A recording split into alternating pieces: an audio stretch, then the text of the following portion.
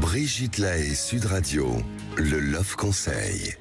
Alors Michel Odoul, on sait aussi, puisqu'on parle de psychosomatique, donc du corps, de l'esprit, on sait aussi que la manière dont on se tient dans son corps peut avoir de l'influence sur notre esprit.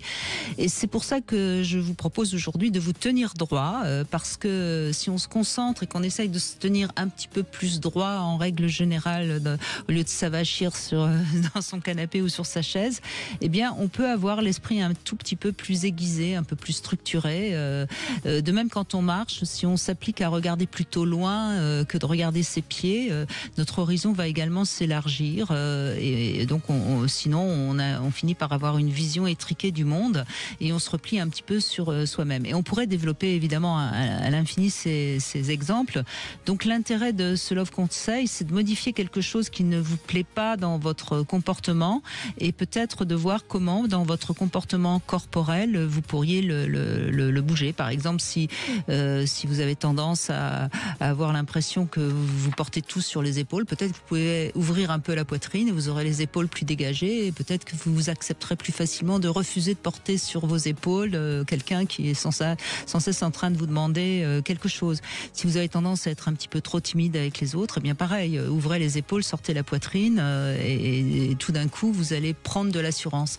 Alors je pourrais développer, enfin vous pourriez certainement même d'ailleurs trouver beaucoup plus d'exemples que moi encore, Michel Odoul, mais alors c'est pas, encore une fois, c'est pas magique, hein, mais ça fonctionne.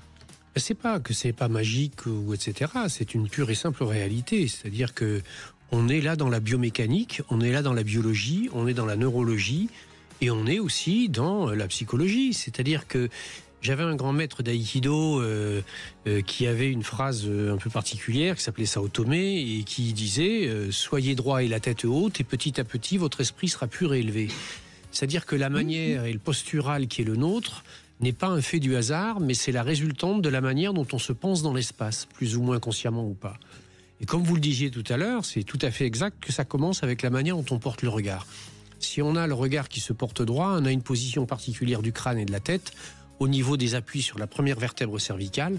C'est là aussi se tisse cette vertèbre qui s'appelle l'atlas. L'atlas, c'est notre point d'appui au monde. C'était ce qui portait le monde.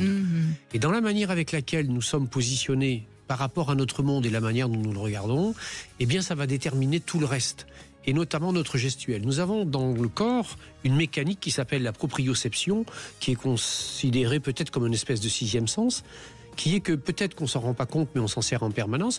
Quand on marche sur un trottoir, qu'on discute avec quelqu'un, à aucun moment on regarde où on met les pieds, etc.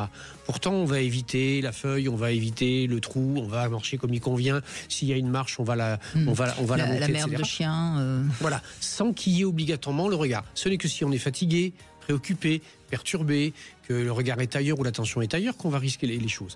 Et donc cette capacité à inconsciemment, par la posture et la manière dont on occupe l'espace à se tenir comme il convient, elle est majeure.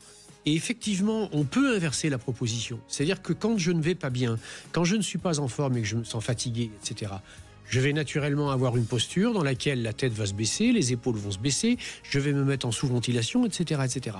Et c'est le moment là où, si on a conscience qu'on n'est pas bien, si on fait l'effort, si on se fait l'incitation à se dire « redresse-toi, tiens-toi droit », il faut peut-être se le dire 15 ou 20 fois. Et bien petit à petit, on va réinstaurer l'équilibre de base et on va se remettre dans la posture qui va faciliter l'amélioration de l'état physique, qui va faciliter l'amélioration de la manière avec laquelle on se perçoit, etc. etc. Et c'est un espèce d'enchaînement qui est tout à fait cohérent, qui est tout à fait biologique, neurologique et en même temps psycho-émotionnel. Donc ça vaut le coup de s'y atteler.